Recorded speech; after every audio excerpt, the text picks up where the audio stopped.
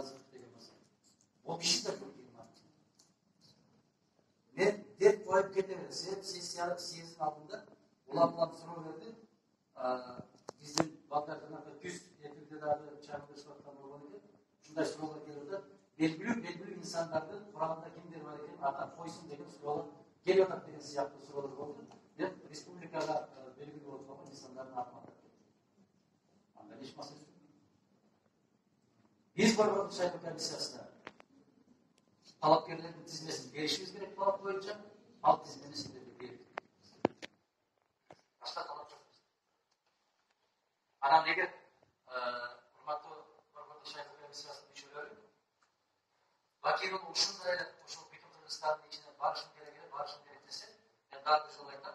Баягындай ол ар кандай себептер менен, техникалык себептер менен муну биз айтышыбыз керек.